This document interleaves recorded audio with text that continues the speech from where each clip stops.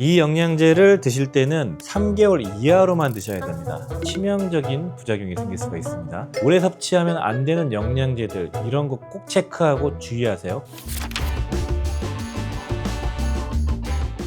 안녕하십니까, 약들약의 고약사입니다. 화이팅 먼저 외치고 시작하겠습니다. 화이팅! 자, 오늘 영상은 최대 6개월 이하로 드셔야 되는, 보통은 3개월 이하만 드셔야 되는, 기간 설정을 해야 되는 영양제들, 오래 섭취하면 부작용이 생기는 영양제들을 말씀드리려고 합니다. 첫 번째는 바로 가르시니아라는 게 있는데, 이 가르시니아 캄보지아는 탄수화물 대사를 막아주는 작용이 있는 성분인데요. 식약처 허가받은 성분 정도가 보통 문제가 없어야 되는데 간독성 이슈가 되게 많이 생기거든요.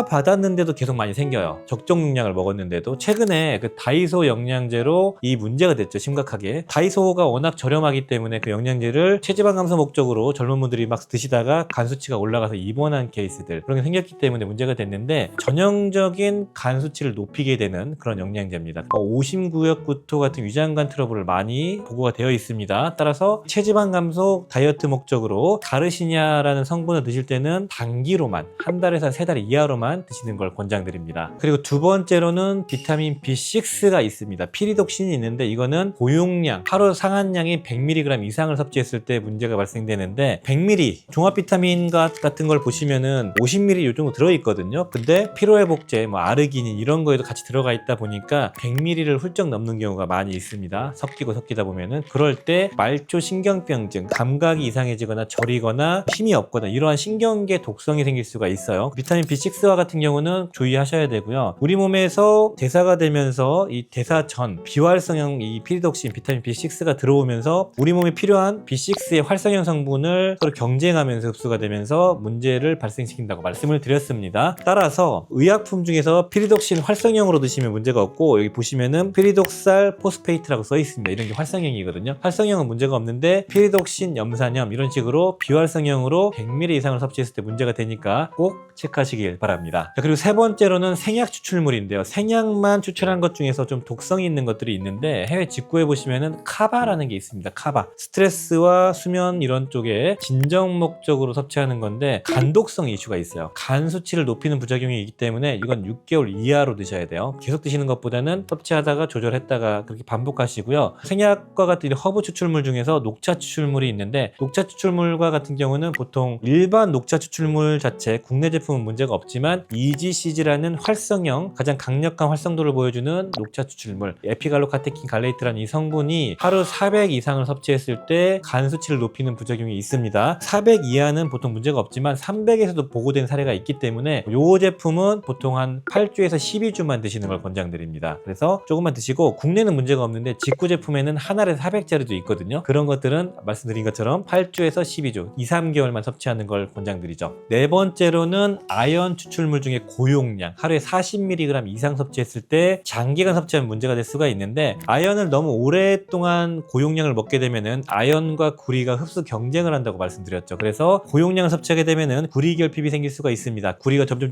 부족하면서 이 면역계의 문제가, 빈혈이나 백혈구 감소증, 신경병증과 같은 이런 신경계 부작용까지 생길 수 있다고 알려져 있기 때문에 아연 고용량은 보통 남성의 정자의 건강을 위해서, 그리고 성 기능을 높이기 위해서 고용량을 섭취하는 경우가 많이 있는데, 이런 경우에는 조심하셔야 되고요. 그리고 고용량을 먹다 보면 또 구역구토와 같은 위장관 트러블도 많이 생깁니다. 아연 고용량은 보통 3개월 이하를 드시는 걸 추천드리고, 한두 달 쉬는 걸 권장드립니다, 먹고 나서는. 그리고 다섯 번째로는 비타민 B3, 나이아신이 있습니다. 이 나이아신, 비타민 B3가 요즘에 항암 영양제로 막 알려져 있어가지고 고용량을 드시는데, 나이아신아마이드라는 자연계에 있는 그 성분은 부작용이 그나마 덜한데, 나이아신이라는 이 대사체 B3 성분을 먹게 되면은 고용량 섭취했을 때 문제가 발생됩니다. 나이아신과 같은 경우는 하루 권장 섭취량이 5mg 이하인데 1000mg, 그러니까 200배 정도 먹었을 때 문제가 발생되거든요. 어느 경우냐면은 이게 많이 먹었을 때 고지혈증 수치가 빠르게 낮춰지고, 실제로 의약품으로도 있는데 간 수치를 높이는 부작용이 있습니다. 그래서 홍조 유발, 그리고 통풍을 유발하기도 하고, 특히 간 수치를 높이는 것 때문에 이러한 메가도스는 조심하셔야 돼요. 나이아신 같은 경우는. 저는 별로 이 방식을 추천드리지 않는데, 유튜브나 어떤 기능학 원장님들의 강의를 A를 보고 나이아신을 고용량 섭취하는 경우가 있더라고요. 그럴 때는 2, 3개월 먹고 최대 6개월 정도 섭취하고 끊어주시는 걸 권장드립니다. 그리고 여섯 번째로는 비타민 A, 레티놀이 있는데요. 레티놀이 보통 피부에 바르는 게 피부 재생, 피부 주름 개선, 그리고 광택 같은 걸 만들면서 화장품 원료로도 많이 사용되죠. 그런데 비타민 A를 적정량 섭취하는 건 문제가 없는데 고용량 섭취할 때 문제가 발생되고, 특히 흡연자는 권장드리지 않습니다. 폐암 유발의 이슈가 있고 임산부와 같은 경우는 아이에게 영향 줄 수 있기 때문에 조심하셔야 되고요. 비타민 A는 레티놀로 하루 최대 섭취량이 10,000단위까지거든요. 임산부나 흡연자는 5,000단위 이하 이렇게 권장되어 있는데 3, 4만 단위 최대 섭취량이 한 3, 4배를 섭취하는 경우가 꽤 있어요. 여드름, 피부 개선, 이너뷰티 이런 쪽으로 고용량을 섭취하는 경우가 있고, 해외 직구 제품은 한 알에 뭐 3만 단위, 4만 단위짜리가 있거든요. 그런 것들은 조심하셔야 돼요. 많이 먹다 보면, 오랫동안 먹다 보면 간 수치가 올라가고요. 피부 건조증이 생기거나 탈모가 생길 수가 있고요. 골밀도에 영향을 줄 수 있는 부작용이 있기 때문에 이런 것도 그냥 한 달, 2달 정도만 드시는 걸 권장드립니다. 굳이 하신다면은. 임산부 특히 조심하시고요. 비타민 D 고용량. 비타민 D는 보통 하루 권장 섭취량이 한 400단위, 600단위, 상한 섭취량이 4,000단위인데 일반적으로 한 10,000단위까지는 문제가 없거든요. 간혹 메가도스로 해서 뭐 3만 단위, 4만 단위를 경구로 꾸준하게 섭취하는 경우, 특히 10만 단위 이 정도에서 문제가 발생되는데 신장 손상을 유발할 수가 있고요. 그리고 고칼슘 혈증을 유발하기도 하고, 그리고 이로 인해서 구역구토와 같은 위장관 트러블도 많이 유발할 수 있다고 알려져 있습니다. 자, 마지막으로는 아르기닌 고용량이 있습니다. 보통 아르기닌은 1000mg에서 뭐 3000mg, 많게는 6000mg까지 문제가 없는데 운동하시는 분들이 초고용량 6000mg에서 뭐 10,000mg까지도 섭취하시는 분이 있죠. 이런 분들은 아르기닌은 라이신과 흡수 경쟁을 하기 때문에 오래 섭취했을 때 라이신 부족이 생길 수가 있습니다. 고용량으로. 그래서 먹었다 안 먹었다는 건 문제가 없는데 꾸준하게 운동하시는 분들, 특히 오랫동안 먹게 되면은